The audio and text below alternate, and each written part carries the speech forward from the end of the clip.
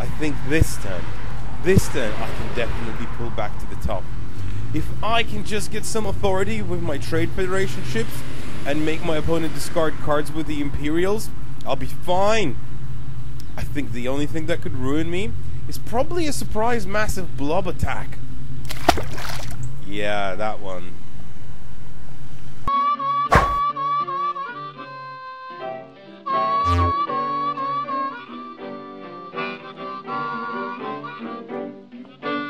This is Star Realms, and it's a deck building game that comes in this little box. That tatty rubbish little box. It's a piece of shit, let's admit it.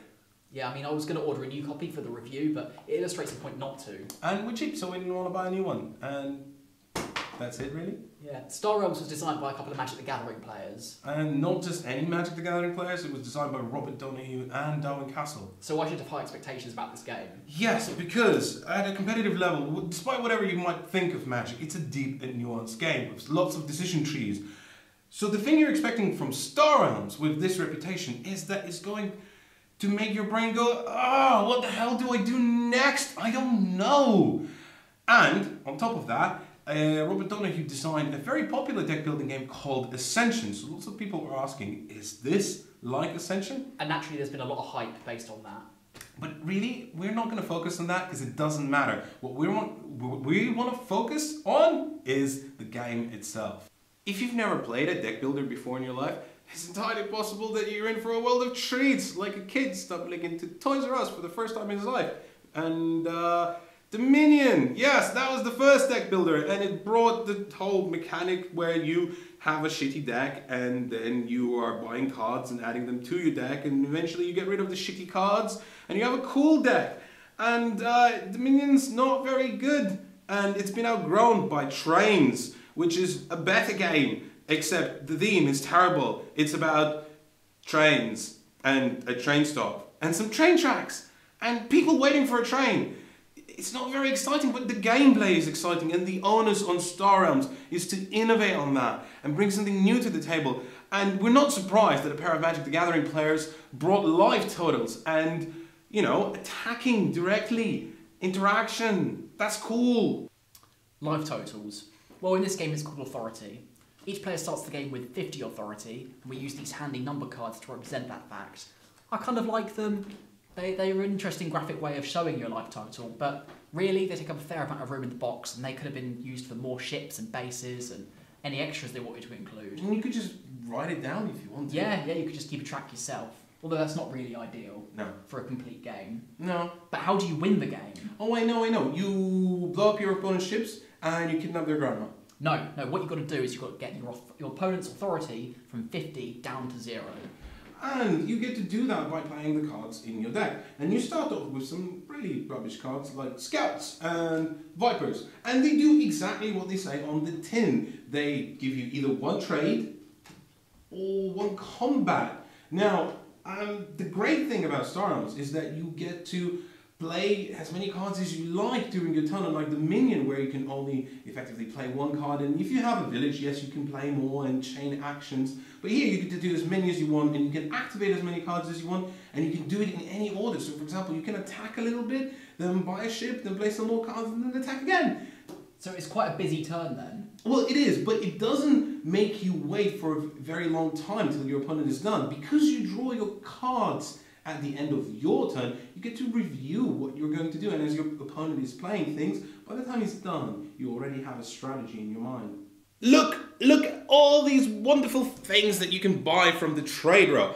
Trade row always have 5 cards and a sort of 6th one, which is an explorer, and there's quite a few of them and they're always available, but that's because they're not very good, and they're only meant to be bought if you haven't got anything to spend money on.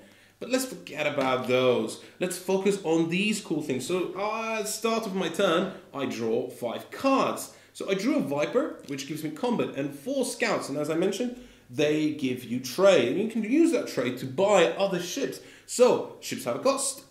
Bases do as well. And let's say I want to buy this cutter, which only costs me 2. When I buy it, I put it into my discard pile, because that's what normally happens in real life. When you buy something, you throw it away in the rubbish bin and wait for it to follow you around when it gets lonely and misses you. But cut is not enough. So as soon as you buy something, you replace it with something else. And in this instance, I got a Corvette, which again costs me 2. And because I have 2 trade left, I can once more buy it, put it in my discard pile. The wonderful thing is factions, because that kind of determines what you want to buy. Normally you'll settle on a certain faction and keep buying the same one. And they all feel really great. They feel thematic and different from each other. For example, the Blobs. They are green and alien and they're very attacky, like they just splatter into you. Or the Trade Federation, which just has bulky ships that are more purposeful for trading and, you know, gathering supplies and carrying them around. Or the Machine Cult, which is robots that just scrap things. They scrap them away because, you know, you get things for scrapping and then those things you can build into other better things, and that's why the ships look like they're a bit cobbled together. When I play cards from my hand, I get to use their top ability. If I then use another card from the same faction, I get to use their secondary ability as well. This is great as it encourages narrative theme and rewards you for such, with synergy making you feel powerful and clever. It's incredibly fast as well.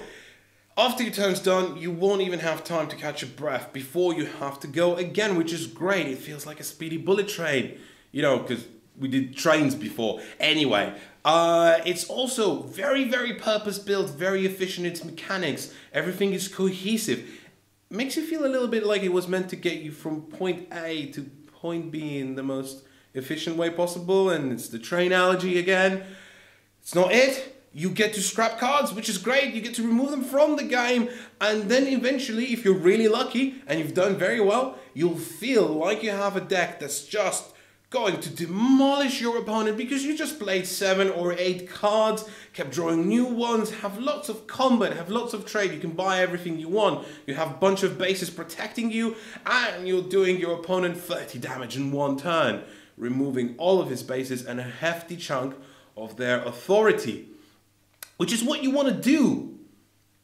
But does this game feel a little bit like a train wreck? Combat is very abstract. There's no meaningful interaction between my ships and the opposing forces. No, because you just subtract authority. Like, so you have some combat and you're going to use that combat to remove their authority, and that's it. I can throw a speed bump in your way by having a base or an outpost. Yeah, and that's the great thing about bases, actually. They got me excited about the game because normally in deck builders, cards don't stick around. You play them and then you discard them. In this game, you get to keep the bases. So the ships go away, the bases stay. Now, some of those bases are outposts. So before your opponent does any damage to your authority, he has to remove the base. And do you know what? These bases are really exciting. For example, this one lets you draw 2 cards and discard 2 cards at the start of your turn, which is great. It means you can manipulate things and you can, you know, discard those Vipers or Scouts that you didn't really want and hopefully turn them into better cards. It combos really well as well. You have the Supply Bot, which will let you scrap a card from your hand or your discard pile. Obviously, you don't really want to scrap them from your hand because that's one less card you're playing a turn. However, if you can discard them with a recycling section and replace them with different cards, you can then scrap the ones you discarded with the Supply Bot, remove them from the game, make your deck better. There isn't an awful lot of decision making to do in the game. All I really do is pick which ships I want to buy and then maybe like have an outpost to attack or not. But yeah, everything is on autopilot because you can do so many things a turn. You can play all your cards and you can't save things up, and that's common in deck builders. But I don't feel like my decisions have any meaning. If I have some resources, I'm going to spend them to buy the ship in my faction. If I have some left over, again, I'm going to buy another ship in my faction. If there isn't one, I might buy Explorer, I might not. Same with combat. I have a certain number of combat, I can remove some authority, or I can remove a base. That's pretty much it. And if you win, you don't really feel like you've won, or if you lose, you don't feel like you lost. The game sort of plays itself. I feel like I don't really need to be there. No, and because you draw cards from the deck, sometimes you'll just get screwed over. The cards you're going to draw are just going to be Scouts and Vipers, and you're not drawing anything good while your opponent is doing good things. Now, as I mentioned, you can manipulate your deck. Luck is always there, though. Regardless of the negatives, I'd probably still buy this game. If you're looking for a quick, easy game to pick up and play with friends on the fly, it's perfect for that. Yeah, this is our new hackneyed scheme called Buy, Play, or Stay Away, where we found that we need to somehow rate the games that we're reviewing. Unfortunately, Star Realms is only a play for me, and the reason for that is because, yes, it's touted to be cheap, especially in America where it only costs $15. Here in the UK, it's not very available. You can only buy it from Amazon, which isn't fun. Nobody likes doing that, and it costs 20 quid. And if you want to play the 6-player version, that's 3 boxes of Star Realms, 60 quid. It's entirely possible that you might just play it with someone else who also owns Star Realms, but there's just so many Star Realms. And do you know what? The reason this box is so tattered is because it ended up being in my backpack all the time. Because it's easy. And that's the key thing about Star Realms. It's easy. You can set it up in 2 minutes and you can explain it to your other gamer friends in another 2. And because there's no decision making, you're finding it so easy to play in just a pattern of Star Realms, Star Realms, Star Realms. God, I'm tired of it. Do you know what? I'd much rather play Lords of War, which is if you're living in the UK, cheaper, only $12.99 I believe. And it's a 2-player card game, lets you attack your opponents, and has meaningful decisions, which is what I like. I like decision trees in games. So if you're looking for a deck builder that lets you attack your opponents, Star Realms is it. However, if you're not that bothered about the deck building aspect, probably buy something else.